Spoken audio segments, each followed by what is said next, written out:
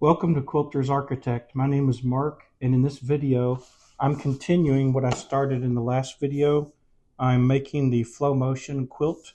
In the previous video, I went over the quilt pattern itself and talked about the design, the fabric that I selected, the fabric requirements, and the actual block that's included in the quilt. It's a single block, and I showed how to assemble that block, not only to cut the fabric, but to assemble that block out of our layer cake and accent fabrics. In today's video, I want to show you the quilt blocks that I've completed, and then I want to go into organizing them to produce the ombre effect when the quilt's put together. And then I'm going to start joining the blocks of the quilt together into rows and get our inner quilt put together so that we can proceed with the borders. I'm really excited about how this is starting to come together, and it's looking like it's going to be a really beautiful quilt. I just wanted to show you this glow ruler. Sherry got this for me, and this actually lights up. It's a very nice squaring ruler, and if you hold down, there's a power button. If you hold down that power button, it lights up the ruler. You have all of your measurement lines are illuminated, and it also comes with a USB charger. And basically, if you've not seen one of these before, you just plug this charger in here on the corner. There's a port right here in the corner which we plug our charging cable into, and then just plug this into a USB port that has power. And so it'll recharge. I've used it probably for a few hours without charging, and it lasted pretty well. I'm just going to demonstrate using this to square up some of my 6.5-inch blocks on this quilt. So here you can see with the ruler on one of the blocks, I already centered it somewhat, but it gives you an idea of how you can use the illuminated lines to easily line up your block to do squaring.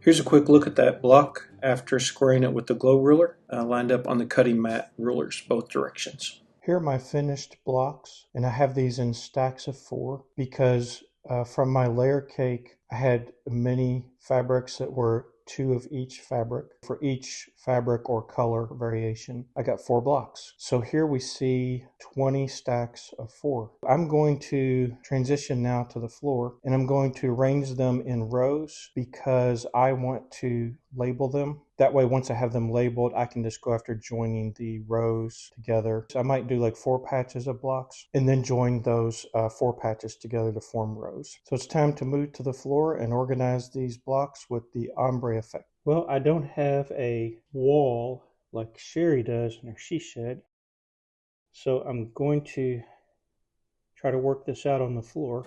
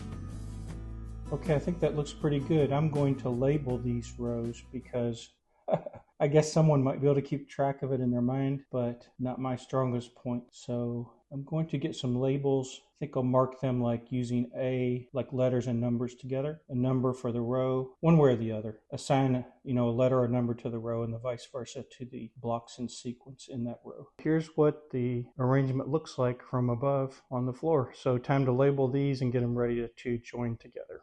I just found some cheap labels in the closet. I don't need a large label, right? So I'll just cut them.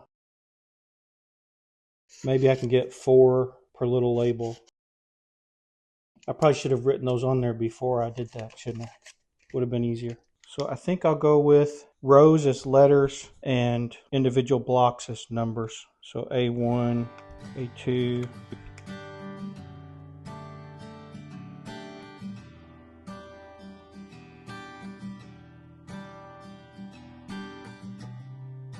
To make this easier, I think once I get a row labeled, I'm going to pick up that row in a stack. And that way, I won't have to walk on top of stuff. And I'll collect all those up in rows, and then I'll be able to start joining these together. It's exciting to see this coming together. It's a kind of a cool looking quilt. So now that we have all of our blocks labeled in rows and then the sequence of blocks within the rows, we're going to assemble these. And if we look in our pattern instructions on page 4, there's figure A2, and this talks about assembling rows 1 to 4. There are 8 blocks across and 10 rows up and down the quilt. I think what I'm going to do is I'm going to assemble them in 4 patches. Just have to pay close attention to our labels, right? It'd be easy to mix them up. I mean, it wouldn't be the end of the world because the quilt would still be probably really beautiful. But to preserve the ombre effect that I selected when I had it on the floor, I'm gonna try to pay close attention. So here I have A1 and A2 and B1 and B2. So my thought is assemble these in 4 patches, and then for 2 rows, I will actually have 4 patches to put together. Time to start joining some blocks.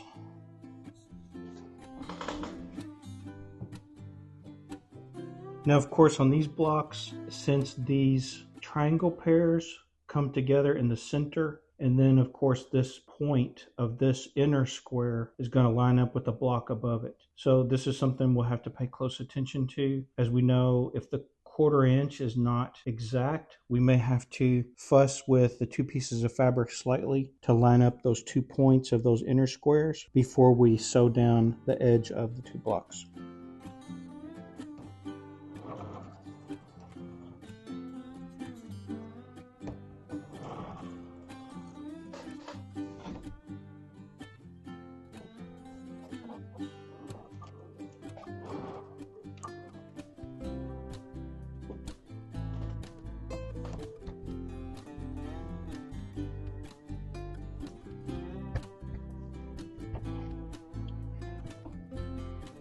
Well, I think after sewing this 4 patch together, I've come to the conclusion that for this quilt, due to the nature of these various points that are having to line up, I'm probably going to pin these before I join them, because there's the inner square that has to align properly on the seam from both blocks, and then you also have these triangle pairs. I think for me, maybe I'll get a better result if I do some pinning on those.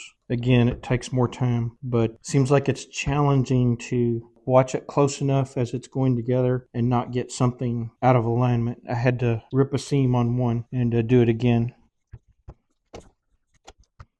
Just had to avoid ironing my labels.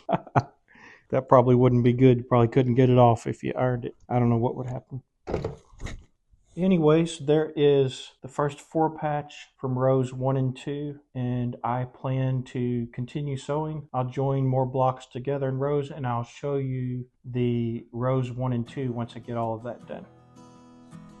Okay, so here are rows 1 and 2.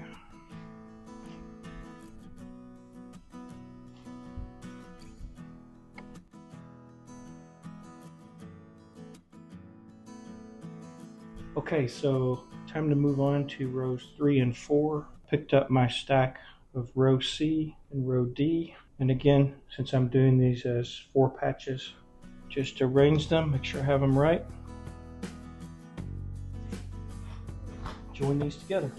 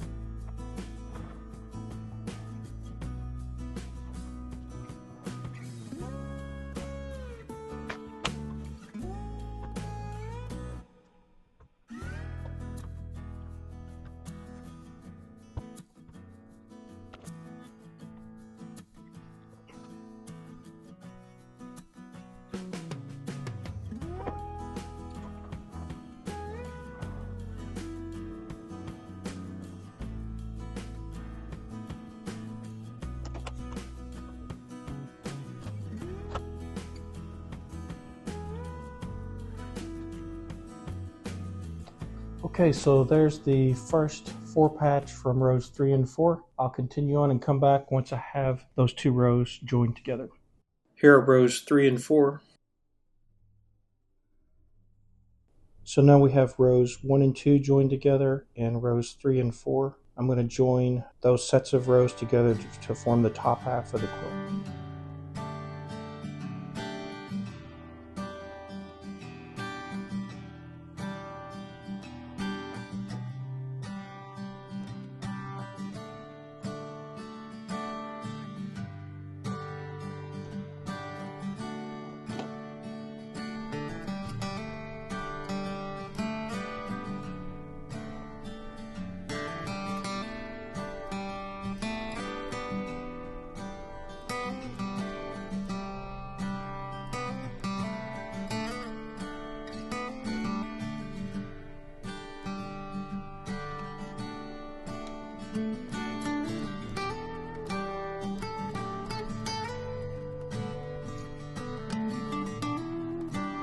Here is the top half of the quilt. Okay, so time to move on to rows 5 and 6. And looking at our pattern instructions on page 5, it's a very similar example of how we need to construct our rows in figure A3. And in my case, I'm choosing to do 4 patches. So I've taken the first 2 from row 5 and the first 2 blocks from row 6. And I'm going to join those together.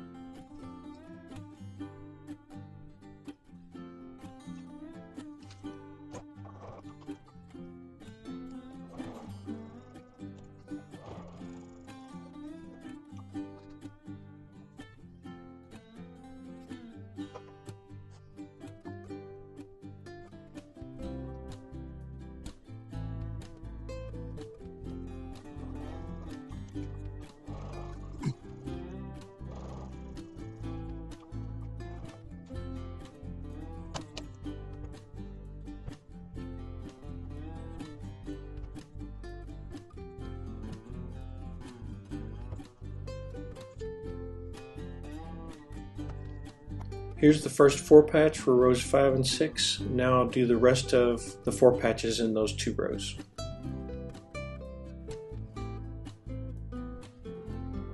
Here are rows 5 and 6 fully joined together.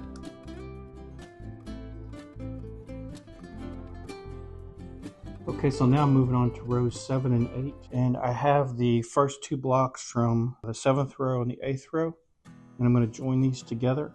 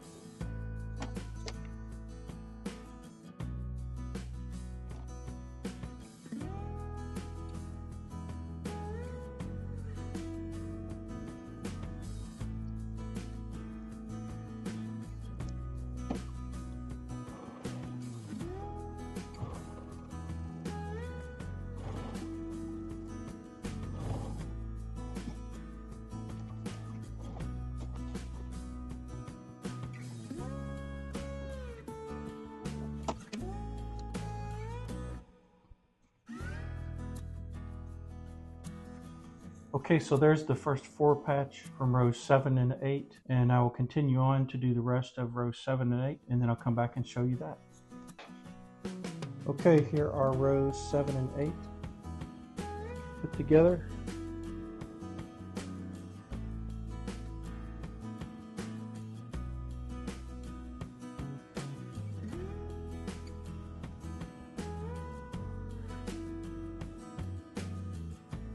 Okay, so moving on to the last 2 rows, rows 9 and 10.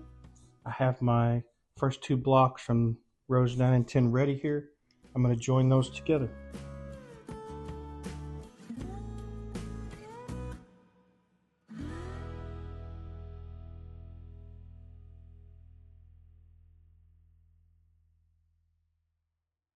That glow ruler that I was showing you guys, that's really an awesome thing for someone like me. A lot of people don't have any issues with low light, but ever since I was even a teenager, if I was studying for school, reading a book or whatever for school, I always had to have like a extra light with me.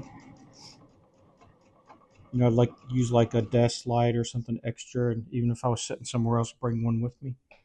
I never really knew why the reason was for that. And then recently, the eye doctor kept trying to figure out why they couldn't ever correct my vision 100%. And this one specialist, he's like a really sharp guy. He did all these tests. He finally did a genetic test. And he said that I have a genetic defect that affects the optic nerve. And that defect causes your optic nerve to have what they call pallor, which is basically paleness. So instead of like a rich pink color on your optic nerve, you have like a pale tissue there, and therefore, you know, your vision is affected because the tissue is not, I guess it's not as healthy, or it doesn't function as well as normal optic nerve tissue would. And so there's always been this mystery of why couldn't they correct my vision 100%, you know, with like contacts or glasses. And finally they got to the bottom of it. And so that glow ruler, being able to have those lines on there, it's an awesome thing, because even it's amazing. I have this light and I have another light that I'm using to make sure that the light's good for the camera for the video, and then there's the light off of this Juki, which I have turned up to the highest. But like there's a spot right here where with all these lights it's really not that lit up right here. And for someone with a visual issue, that glow ruler is awesome, because I can really see those lines when I'm trying to square up a block. And so I really like that thing. The only thing is I need one of those, you all were talking about the other day in some of the comments, I need one of those rotating mats, rotating cutting mat, because as I was watching Sherry use that on her video, then you don't have to pick anything up and move it around. You just rotate it and do your squaring on the other two sides of the block. I'm going to have to look into that. I don't want to be taking everything from Sherry's sewing room all the time.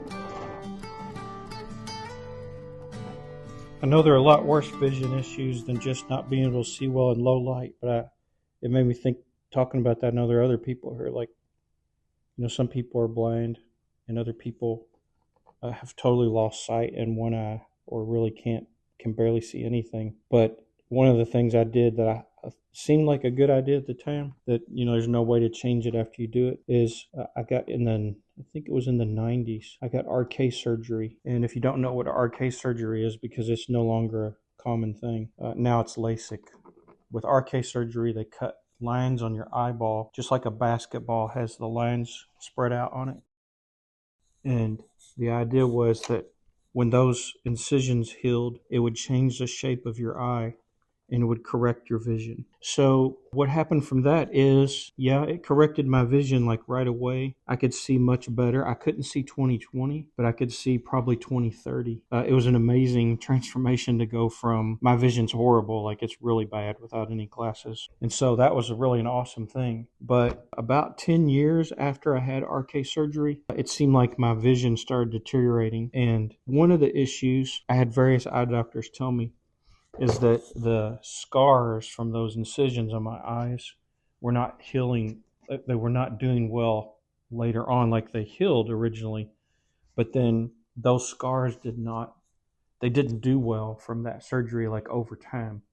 And so they said my eye has like not a smooth shape on the front of it because of those radiokeratotomy incisions. And so the only way to correct my vision, glasses don't work, is what's called scleral lenses. And they call them scleral contact lenses because the sclera, the white part of your eye, is where they sit. They're the biggest contact lenses there are. And they sit on the white part of your eye. And I can still only get something now like between 2040 and 2050, maybe more like 2050. It's like a fuzzy 2040. And so I can get a driver's license, but I can't really, like, if I'm out driving, I'm trying to find something. You can't see the numbers on houses, and you can't see numbers on mailboxes so you get right on them. And so it's a struggle when you have some type of a vision issue, and people who have good vision, they may not really fully appreciate good vision, but I'm sure there are a lot of people with vision issues who could tell much worse stories, but it's definitely a challenge when you don't have your normal vision. So there is the first set of 4-patch for rows 9 and 10, and I'm going to proceed to make the rest of those, and I'll come back once I have rows 9 and 10 put together. Here are rows 9 and 10.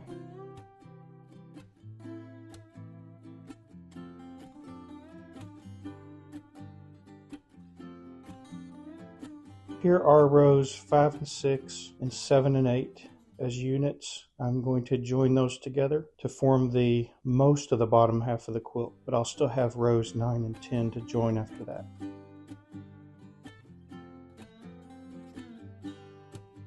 After having an experience like I had with that RK surgery, and it was 10 decent years of vision, and then after that I've really had a lot of issues getting my vision corrected. I think it's a combination of my genetic condition with the optic nerve and probably the scarring from the RK surgery. So now when I hear people talk about LASIK, which I hear this, I had a friend at work who was saying they were going to get LASIK. I told him, I said I'd really consider the possible side effects seriously, because whoever's going to do the surgery, they might tell you about the possible side effects or issues in the future, but it's not really in their best interest always from a business perspective, right? They want to get the business. They might even play down a little bit the potential side effect or problems in the future. And I don't want to tell someone else what to do medically, right? That's everybody's own decision. But what I heard one doctor told me, he had a partnership with an RK clinic, and so he would send his patients there to get RK. And then when everything transitioned to LASIK, he was doing the same thing with LASIK.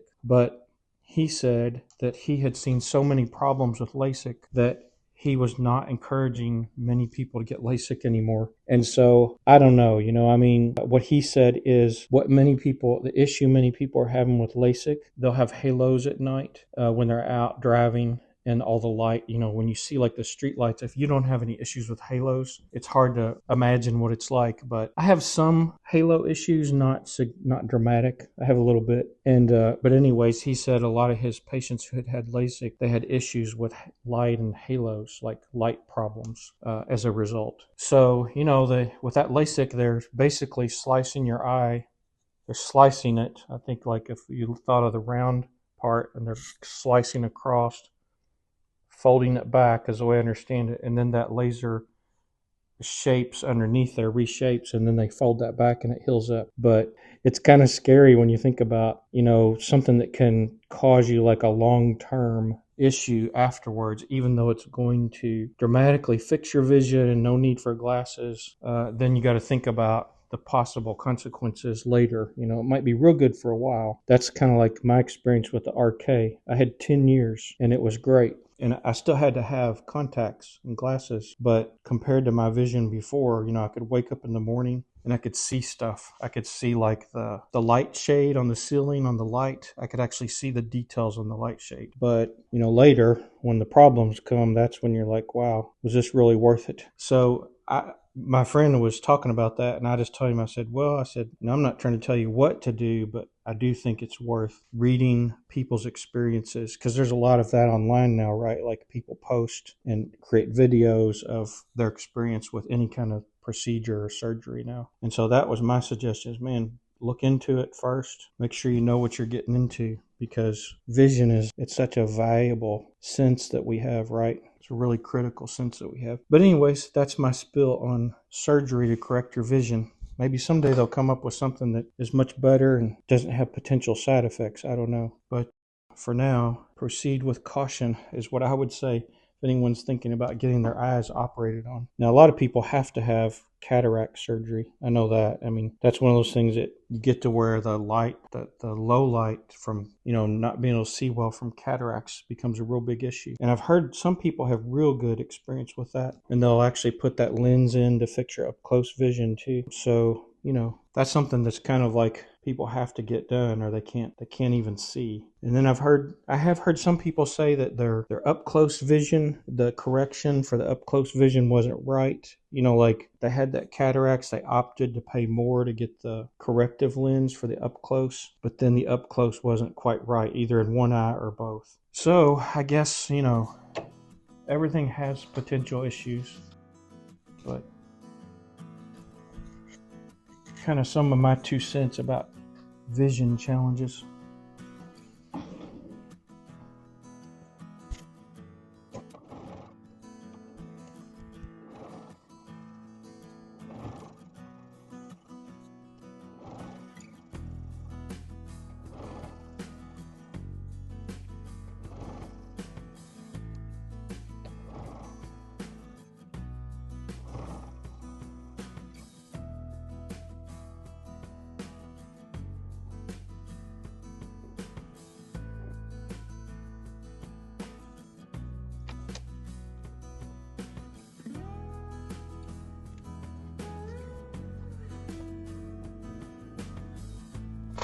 So here are rows 5 through 8.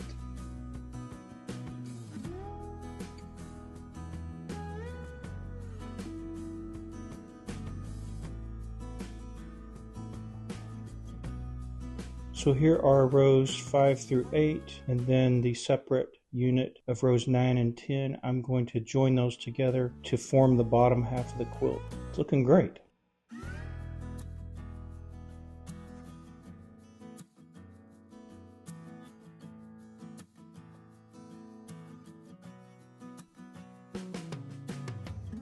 Okay, so I got rows 5 to 8 and 9 to 10 pinned together. Time to join these with the sewing machine.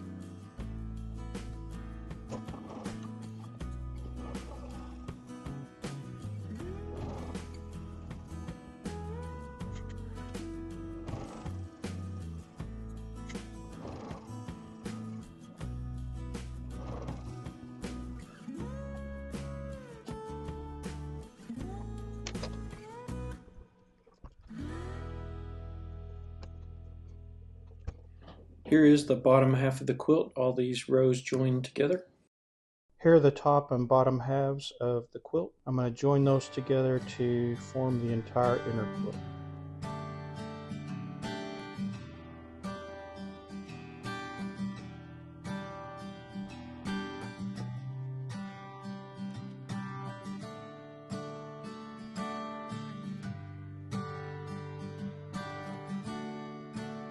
Now that I have the top and bottom halves of the quilt pinned together, I'm just going to sew those together.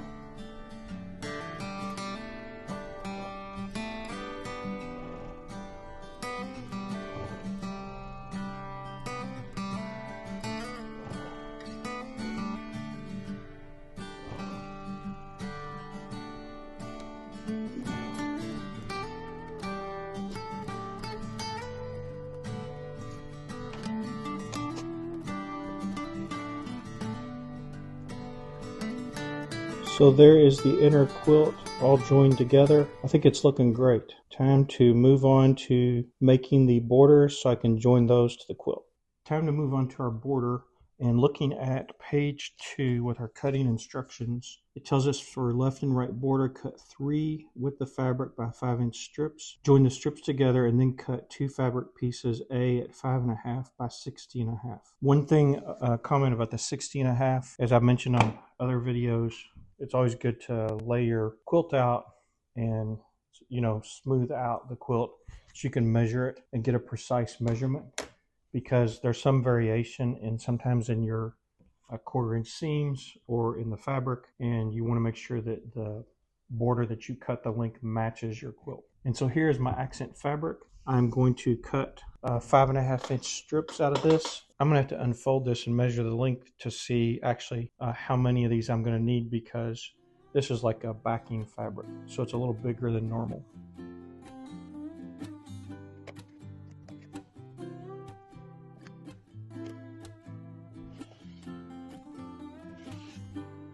So just going to cut and square the end of each fabric strip here real quick.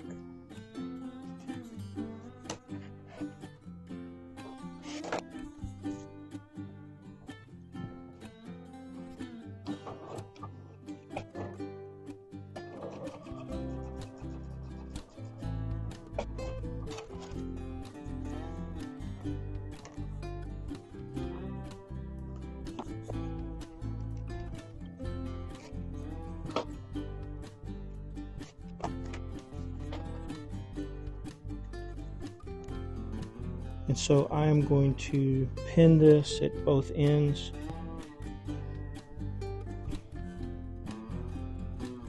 Then I'm also going to pin it in the middle. And since I have it laid out flat and smoothed out, I'm just going to measure center.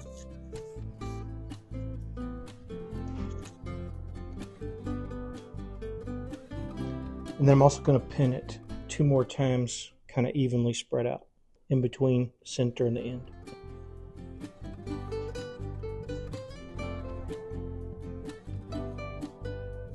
And this way, hopefully we don't stretch our border as we're sewing it on, and it keeps the length proportionate to the inner quilt.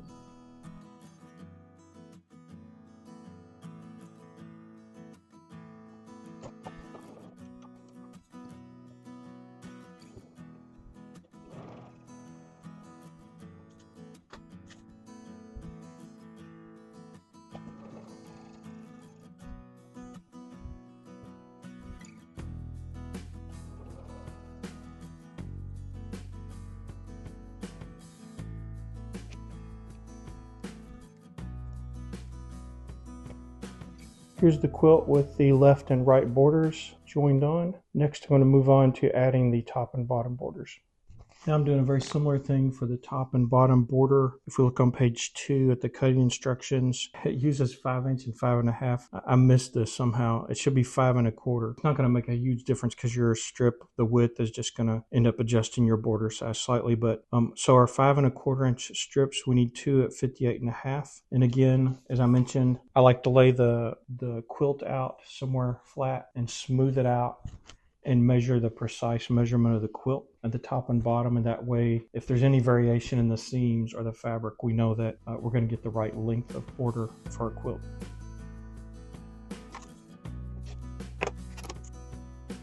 Okay, we got one of our top or bottom borders pinned on.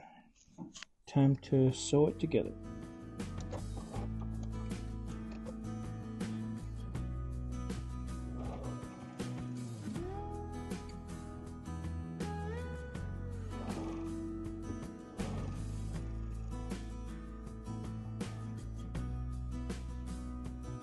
Okay, I took the quilt top outside to the she shed and hung it up to get a little better picture. It's not really a very sunny day. We have rain, scattered storms here today.